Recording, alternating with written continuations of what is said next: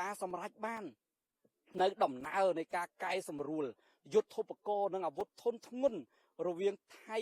ជាមួយនឹងកម្ពុជាយើងនាពេលនេះគឺជាដំណើរមួយដ៏ស្មុគស្មាញនិងលំបាកបំផុតបងប្អូនគឺមិនមែនជារឿងងាយស្រួលនោះទេហើយបើសិនជាមិនមានការតាំងចិត្តមិនមានការប្រឹងប្រែងមិនមានការរិះរោចនៅយន្តការក្នុងការស្វែងរកការសម្របសម្រួលអន្តរាគមន៍អីផ្សេងគឺมันអាចសម្រេចបាននោះទេគឺมันអាចសម្រេចបាននោះទេបងប្អូនអាចមើលអំពីសង្គ្រាមនៅតាមបណ្ដាប្រទេសនានានៅលើពិភពលោករបស់យើងនេះកើតហើយมันងាយបញ្ចប់มันងាយរំលត់ទៅវិញទេជាក់ស្ដែងសង្គ្រាមរវាងរុស្ស៊ីនិងអ៊ុយក្រែនយើងឃើញថាមកដល់ពេលនេះអូបន្លាយ 3-4 ឆ្នាំហើយមិនទាន់បញ្ចប់នៅឡើយទេសង្គ្រាមនៅតាមបណ្ដាប្រទេសផ្សេងគឺថាញោមញីរ៉ាំរ៉ៃរំខានដល់ការកសាង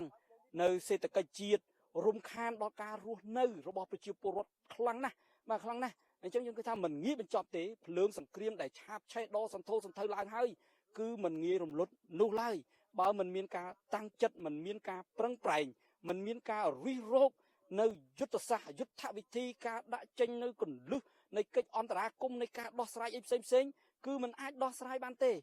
សង្គ្រាមបងប្អូនអាចនិយាយថាសង្គ្រាមរុស្ស៊ីអ៊ុយក្រែនប្រហែលជាធំសង្គ្រាមកម្ពុជាថៃតូចទៅងាយរំលត់ទៅងាយបញ្ចប់បងប្អូនអត់អាចនិយាយអញ្ចឹងបានទេបើសិនជាមេដឹកនាំរបស់យើងពលសម្ដេចមហាបវរធិបតីហ៊ុនម៉ាណែតនាយករដ្ឋមន្ត្រីនៃព្រះរាជាណាចក្រកម្ពុជារបស់យើងកាន់ការងាររាជរដ្ឋាភិបាលត្រឹមជាង2ឆ្នាំប៉ុន្តែឧបសគ្គបានចូលមកសាក់លបងនៅកម្លាំងសមត្ថភាពនៃការដោះស្រាយរបស់សម្ដេចហូហែឥតដាច់បាទហើយជាពិសេសគឺពេលនេះជាបញ្ហាមួយដ៏ធំដែលចូលមកលបងនៅកម្លាំងសមត្ថភាពនៃការដោះស្រាយរបស់សម្ដេចមហាបវរធិបតីហ៊ុនម៉ាណែតឲ្យដោះស្រាយនៅបញ្ហានេះអញ្ចឹងគឺថាបញ្ហានេះគឺជាបញ្ហាដ៏ធំតែទីបំផុតយើងឃើញថាសម្ដេចមហាបវរធិបតីបរោះមុខញញឹមមិនដែលចេះស្ងួត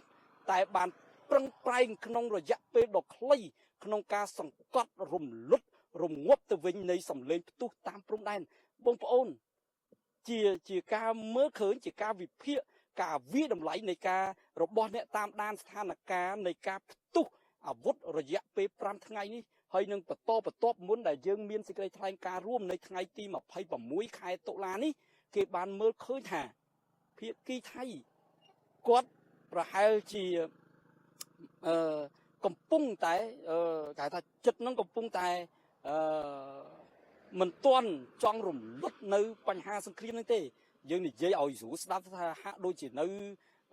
ចង់នៃការច្បាំងនឹងខ្លាំងណាស់តែសម្ដេចមហាបវរធិបតីនាយករដ្ឋមន្ត្រីនៃព្រះរាជាណាចក្រកម្ពុជាយើងការមើលឃើញពីភាពខ្ទេចខ្ទាំភាពខ្លោចផ្សាការវេទនារបស់ប្រជាពលរដ្ឋនៅតាមព្រំដែនមិនមែនតែខាងកម្ពុជាទេតែថៃផងដែរក៏រួមគ្រោះលំបាកលំបិនដូចគ្នាវេទនាដូចគ្នាត្រូវរត់ចេញពីផ្ទះសម្បែងត្រូវខូចខាតដោយទម្ងន់នៃកម្លាំងគ្រាប់ដែលបាញ់ផ្លោងដាក់គ្នាទៅវិញទៅមកគឺថារួមគ្រោះទាំងសងខាងទាំងកម្ពុជានិងខាងថៃឃើញពីការលំបាកពីវិនាសកម្មនិងភាពខ្ទេចខ្ទាំនៃសង្គ្រាមបែបនេះទើបសម្ដេចមហាបវរធិបតីបានប្រឹងប្រែងរិះរោចនៅវិធីសាស្ត្រជាច្រើនហើយការចូលមកបញ្ចប់សង្គ្រាមការចូលមកអន្តរាគមន៍ពីសំណាក់លោកប្រធានាធិបតីសហរដ្ឋអាមេរិកដូណាល់ត្រាំបងប្អូនមិនមែនជារឿងចៃដន្យមិនមែនជារឿងសុកលោកប្រធានាធិបតីសហរដ្ឋអាមេរិកចូលមកអន្តរាគមន៍ដើម្បីបញ្ចប់ចំនួនបញ្ចប់សង្គ្រាមរវាងកម្ពុជាថៃទេនេះសិតសឹងតែមានការស្វះស្វែងការរិះរោចនៅយុទ្ធសាស្ត្រផ្សេងពីសំណាក់ប្រមុខនៃរាជរដ្ឋាភិបាលកម្ពុជារបស់យើងដើម្បីរំលត់នៅបញ្ហារំលត់នៅការផ្ទុះអាវុធមួយនេះបងប្អូនអញ្ចឹងនេះគឺជាការបង្ហាញច្បាស់អំពីកម្លាំងសមត្ថភាពរបស់សម្ដេចមហាបវរធិបតីមេដឹកនាំដែលស្រឡាញ់ស្នេហានៅសន្តិភាពនៅកម្ពុជារបស់យើងគឺលោកបានប្រឹងប្រែងក្នុងការរំលត់នៅសង្គ្រាមនេះទៅវិញត្បិតការប្រមាលមើលឃើញរបស់សម្ដេចមហាបវរធិបតីហ៊ុនម៉ាណែតក៏មិនខុសពីមេដឹកនាំជាតិនៃកម្ពុជារបស់យើងគឺសម្ដេចតេជោហ៊ុនសែនដែលជាប្រធានព្រឹទ្ធសភាហើយក៏ជាអតីតមេដឹកនាំមួយរូបដែលបានរំលត់ លើងសង្គ្រាមផ្ទៃក្នុងកម្ពុជារបស់យើងគឺយើងសិតសឹងតែបានដឹងគ្រប់គ្នាថាភ្លើងសង្គ្រាមមិនអាចនាំមកនៅភាពរីកចម្រើនសម្រាប់ជាតិរបស់យើងបាននោះទេមិនថាសង្គ្រាមផ្ទៃក្នុងរបស់យើងឬសង្គ្រាមតាមទល់ដែនសង្គ្រាមតាមព្រំដែនជាមួយប្រទេសជិតខាងនោះទេគឺសុទ្ធសឹងតែហុចនៅផលអាក្រក់សម្រាប់ប្រជាជនសម្រាប់ការកសាងជាតិដូច្នេះហើយទើបទស្សនវិជ្ជាទស្សននយោបាយរបស់សម្ដេចតេជោហ៊ុនសែនអតីតមេដឹកនាំនៃប្រទេសកម្ពុជារបស់យើងបានដាក់ចេញថាការកសាងសន្តិភាពតាមព្រំដែនជាមួយបណ្ដាប្រទេសជិតខាងហ្នឹងគឺជារឿងចាំបាច់ណាស់ក្នុងកិច្ចកសាងការអភិវឌ្ឍនៅសង្គមកម្ពុជារបស់យើងក៏ដូចជាការរុញច្រាននៅ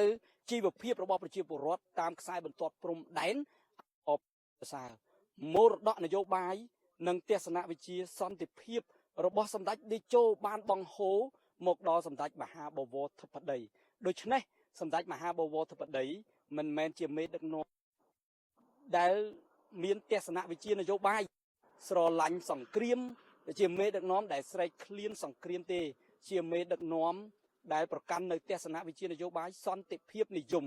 ទស្សនវិជ្ជានយោបាយសន្តិភាពនិយមរបស់សម្ដេចមហាបវរធិបតីនេះហើយទើបពីពេលដែលសង្គ្រាមផ្ទុះ5ថ្ងៃតាមបន្ទាត់ព្រំដែនរវាងកម្ពុជាថៃសម្ដេចបានប្រឹងប្រែងរិះរកគ្រប់យុទ្ធសាស្ត្រគ្រប់វិធីសាស្ត្រទាំងអស់ដើម្បីរំលត់នៅការផ្ទុះអាវុធនឹងទៅវិញការប្រឹងប្រែងដាក់ចេញនៅវិធីសាស្ត្រយុទ្ធសាស្ត្រទាំងឡាយដើម្បីរំលត់រងាប់ការផ្ទុះអាវុធនេះទៅវិញយើងឃើញថាក្នុងមួយរយៈពេលកន្លងមកនេះក៏មានបងប្អូនប្រជាពលរដ្ឋយើងមួយចំនួនមានទស្សនៈយល់មិនត្រូវចំពោះការគិតរបស់សម្ដេចមហាបវរធិបតីនាយករដ្ឋមន្ត្រីរបស់យើងផងដែរត្បិតថាក្នុងចន្លោះពេលដែលកម្ពុជារបស់យើងនឹងថៃសម្រេចបានគេថាបត់ឈប់បាញ់ជាមួយគ្នានៅថ្ងៃទី28ខែកក្កដារហូតមកដល់ខែតុលាមុនថ្ងៃទី26ខែតុលាយើងឃើញថាតែងតែមានការបង្កហេតុពីភាគីថៃតាមព្រំដែនធ្វើសកម្មភាពអញ្ចេះអញ្ចោះដែលរាប់ថាជាសកម្មភាពមួយញុះបង្កហេតុដើម្បីមានបញ្ហាណាមួយនៅក្នុងរង្វង់ហ្នឹងដើម្បីដែលអាចនឹងផ្ទុះអាវុធទៅវិញតែក្នុងរយៈពេលនេះសម្ដេចមហាបវរធិបតីតែងអត់ធ្មត់តែងដោះស្រាយតាមរយៈការទូតដោយអំពាវនាវរាល់គេធ្វើអញ្ចេះយើងត្រឹមតែធ្វើសេចក្តីប្រកាសព័ត៌មានបង្ហាញទៅអន្តរជាតិបង្ហាញទៅបណ្ដាប្រទេសនានាបង្ហាញទៅឯកឧត្តមអាន់វ៉ាអ៊ីប្រាហ៊ីមនាយករដ្ឋមន្ត្រីម៉ាឡេស៊ីនិងជាប្រធានអាស៊ានឬក៏រហូតដល់ប្រាប់ទៅដល់លោកដូណាល់ត្រាំប្រធានាធិបតីសហរដ្ឋអាមេរិកអំពីសកម្មភាពនានាដែលជាការបំពានទៅលើបទឈប់បាញ់ធ្វើឡើងដោយភាគីថៃពេលនោះយើងឃើញបងប្អូនប្រជាពលរដ្ឋផ្ទៃក្នុងយើងមិនច្រើនទេមួយចំនួនតូចដែលលោកអាចថាមិនទាន់យល់ត្រូវអំពីជំរឿចិត្តនិងយុទ្ធសាស្ត្រនៃការអត់ធ្មត់របស់សម្ដេចមហាបវរធិបតីអញ្ចឹងហើយបងប្អូនតែងតែមានការបន្ទោសថាអត់ធ្មត់អញ្ចេះអញ្ចោះរហូតដល់គេធ្វើអញ្ចេះក៏អត់ធ្មត់គេធ្វើអញ្ចោះក៏អត់ធ្មត់ភាពអត់ធ្មត់របស់សម្ដេចប្រមុខនៃរាជរដ្ឋាភិបាលកម្ពុជាមិនមែនជាការខ្លាចជាការរអាជាការមិនហ៊ានក្នុងការតបតជាមួយនឹងភាគីថៃទេតែភាពអត់ធ្មត់នេះជាការខំមាត់សង្កត់ចិត្តរបស់ប្រមុខនៃរាជរដ្ឋាភិបាលកម្ពុជារបស់យើងគឺបំណងចង់បានដូចនៅថ្ងៃហ្នឹងបាទចង់បានដូចនៅពេលនេះគឺចង់ឲ្យសម្លេងអាវុធរវាងកម្ពុជាថៃនឹងត្រូវបានស្ងប់រលត់រងាប់តរៀនទៅមិនចង់ឲ្យវិលត្រឡប់មកវិញទេសូមត្រឹមតែ5ថ្ងៃនងបានហើយគឺថាឆ្អែតឆ្អន់ហើយអញ្ចឹងមិនចង់ឲ្យបញ្ហាហ្នឹងវាវិលផ្ទុះមកវិញទេអញ្ចឹងហើយទើបព្យាយាមអត់ធ្មត់ដោះស្រាយតាមយន្តការទូតទោះបីប្រជាពលរដ្ឋខ្លះយល់មិនត្រូវស្ដីថាឲ្យយ៉ាងម៉េចក៏ដោយក៏សម្ដេចប្រមុខនៃរាជរដ្ឋាភិបាលបានប្រឹងប្រែងអត់ធ្មត់ខំមាត់សង្កត់ចិត្តសុខចិត្តទ្រាំមួយខាងគឺប្រឹងដោះស្រាយបញ្ហាជាតិរំលត់សង្គ្រាមមួយខាងរងទម្ងន់ពាក្យសម្ដីរបស់ពលរដ្ឋខ្លួនឯងដែលបានរិះគន់ស្ដីថាផ្សេងតែបានប្រឹងប្រែងអត់ធ្មត់ហើយឥឡូវនេះយើងក៏ឃើញថាពន្លឺ នៃ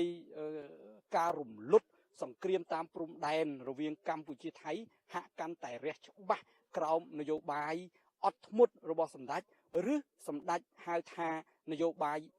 ស្ងាត់តែមិនស្ងៀមស្ងាត់មិននិយាយមិនថាច្រើនទេប៉ុន្តែសកម្មភាពមិនមែននៅស្ងៀមទេគឺបន្តធ្វើសកម្មភាពជាច្រើនជាមួយនឹងបណ្ដាប្រទេសនានា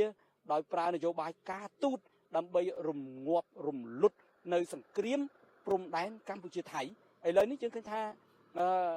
អ្វីហាក់រឹតតែល្អប្រសើរហើយបន្ទាប់ពីទទួលបាននៅសេចក្តីថ្លែងការណ៍រួមរវាងកម្ពុជាថៃស្តីអំពីសុខសន្តិភាពកាលពីថ្ងៃទី26ខែតុលាបងប្អូនភាពអត់ធ្មត់របស់សម្ដេចមហាបវរធិបតីនេះមិនមែនត្រឹមតែជាបំណងរបស់សម្ដេចតែឯងទេប៉ុន្តែក៏ស្របតាមបំណងប្រាថ្នារបស់ប្រជាពលរដ្ឋនៅក្នុងប្រទេសយើងយ៉ាងច្រើនលើសលប់បំផុតជាពិសេសគឺបំណងប្រជាពលរដ្ឋនៅតាមបន្ទាត់ព្រំដែនកម្ពុជាថៃជាពិសេសនោះគឺប្រជាពលរដ្ឋដែលរស់នៅតំបន់សមរភូមិ5ថ្ងៃកម្ពុជាថៃរួមមាននៅខាងស្រុកជាំខ្សាននៅខាងខេត្តឧត្តរមានជ័យរួមមានស្រុកចុងកាល់ស្រុកបន្ទាយសំទោសគឺថានៅស្រុកបន្ទាយអំពិលនៅអីជាដើមនៅក្រុងសំរោងនៅអីជាដើមនោះគឺគាត់មានបំណងប្រាថ្នាដ៏ខ្ពង់ខ្ពស់បំផុតហ្នឹងគឺចង់បានសុខសន្តិភាពមិនចង់ឮសំឡេងផ្ទុះឡើងវិញរវាងកម្ពុជាថៃទេបងប្អូនអាចមើលតាមបទសម្ភាសន៍ដែលក្នុងមួយរយៈពេលនៃការបំពេញការងារតាមព្រំដែននៃការយកព័ត៌មាននេះខ្ញុំបានសម្ភាសន៍បានសាកសួរជាមួយនឹងប្រជាពលរដ្ឋតាមបន្ទាត់ព្រំដែននេះច្រើនមែនទែនមានប្រជាពលរដ្ឋម្នាក់នៅឯសង្កាត់កូនគ្រៀលក្រុងសំរោងខេត្តឧត្តរមានជ័យផ្ទះរបស់គាត់ក្នុងសង្គ្រាម5ថ្ងៃគ្រាប់បានធ្លាក់នៅចំពីមុខផ្ទះអំបែងគ្រាប់បានធ្វើឲ្យផ្ទះគាត់ខូចខាតគាត់បានរំលឹកទៅដល់រឿងរ៉ាវពេលដែលចាប់ផ្ដើមផ្ទុះនោះជារឿងភ័យខ្លាចញាប់ញ័រមួយទៅហើយប៉ុន្តែបើទោះបីថាថ្ងៃទី28ខែកក្កដាមានបទជប់បាញ់គាត់វិលត្រឡប់ចូលមកផ្ទះវិញហើយហ្នឹងអារម្មណ៍ញាប់ញ័រក្នុងដួងចិត្តរបស់គាត់ហ្នឹងมันអាចរលត់នោះទេគឺអារម្មណ៍នៅតែដិតដាមជាមួយនឹងសម្លេងគ្រាប់ផ្លោងនៃសង្គ្រាម5ថ្ងៃធ្វើឲ្យអារម្មណ៍នៅតែតក់ស្លុតផិតភ័យរហូតគាត់ថាពេលយប់ពេលដែលកំពុងតែសម្រានគ្រាន់តែឮសំឡេងផ្គរលាន់គាត់ក៏ញាប់ញ័រក៏ផិតភ័យដែរបាទក៏ផិតភ័យដែរនេះគឺជាអារម្មណ៍របស់ប្រជាពលរដ្ឋដែលរស់នៅតាមបន្ទាត់ព្រំដែនតំបន់ដែលជាសមរភូមិនៃការប្រយុទ្ធអញ្ចឹងគឺគាត់ភ័យគាត់ព្រួយគាត់ខ្លាចខ្លាំងណាស់គាត់មិនចង់ឮសំឡេងនៃការផ្ទុះអាវុធវិលត្រឡប់មកវិញនោះទេអញ្ចឹងគាត់ថាក្រោយពេលមានសេចក្តីថ្លែងការណ៍រួមស្តីអំពីសន្តិភាពកម្ពុជាថៃនៅថ្ងៃទី26ខែតុលាកន្លងទៅចិត្តរបស់គាត់នឹងហាក់មានអារម្មណ៍នឹងណូអារម្មណ៍ដែលភ័យខ្លាចហាក់រសាយបាត់ច្រើនមែនទែនគាត់ថាការសម្រាកសម្រានរបស់គាត់ឥឡូវនេះបានស្កប់ស្កល់បានស្ងប់ជាងមុនពេលដែលមានសេចក្តីថ្លែងការណ៍រួមស្តីអំពីសន្តិភាពរវាងកម្ពុជាថៃនាថ្ងៃទី26ខែតុលានៅទីក្រុងកូឡាឡាំពូប្រទេសម៉ាឡេស៊ីអញ្ចឹងនេះបងប្អូនបង្ហាញថាការអត់ធ្មត់ដើម្បីឈានទៅរកសុខសន្តិភាពតាមបន្ទាត់ព្រំដែនគឺមិនមែនត្រឹមជាបំណងប្រាថ្នារបស់សម្ដេចមហាបវរធិបតីហ៊ុនម៉ាណែតប្រមុខនៃរាជរដ្ឋាភិបាលកម្ពុជាឬក៏ក្បាលម៉ាស៊ីនរាជរដ្ឋាភិបាលឬត្រឹមតែមនុស្សមួយក្រុមណានោះទេតែភាពអត់ធ្មត់ដើម្បីបានសន្តិភាពតាមបន្ទាត់ព្រំដែនរវាងកម្ពុជាថៃគឺជាបំណងប្រាថ្នារបស់ប្រជាពលរដ្ឋរបស់យើង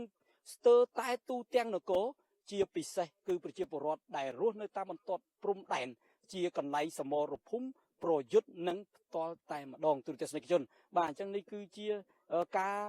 ដំណើរនៃការដោះស្រាយមួយស្របតាមបំណងប្រាថ្នារបស់ប្រជាពលរដ្ឋអញ្ចឹងហើយទើបការសម្រេចបាននៅសេចក្តីថ្លែងការណ៍រួមស្តីអំពីសន្តិភាពរវាងកម្ពុជាថៃយើងឃើញថាមានសម្លេងចេញមកសម្ដែងនៅការអបអរសាទរគាំទ្រ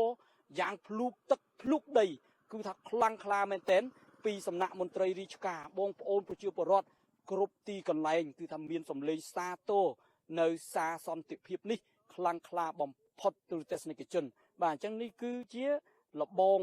កម្លាំងសមត្ថភាពនៃការដោះស្រាយបញ្ហារបស់សម្ដេចមហាបវរធិបតីគឺជាការដោះស្រាយនៅបញ្ហាប្រកបដោយភាពប៉ិនប្រសប់ឆ្លៀសវៃខ្លាំងពូកែ របស់សម្ដេចប្រមុខនៃរាជរដ្ឋាភិបាលកម្ពុជាត្បិតថាមកដឹកនាំរាជរដ្ឋាភិបាលទើបតែរយៈពេល2 ឆ្នាំជាងយ៉ាងណាក៏ដោយចុះប៉ុន្តែកម្លាំងសមត្ថភាពបញ្ញាស្មារតីរបស់សម្ដេចមហាបវរធិបតីក្នុងការដោះស្រាយបញ្ហាគឺខ្លាំងក្លាខ្លាំងពូកែ2 ឆ្នាំជាងបានជួបនៅវិញ្ញាសាលំបាកជាច្រើនតែសម្ដេចបានឆ្លងកាត់នៅឧបសគ្គទាំងនោះដោយលទ្ធផលមួយដែលល្អប្រសើរ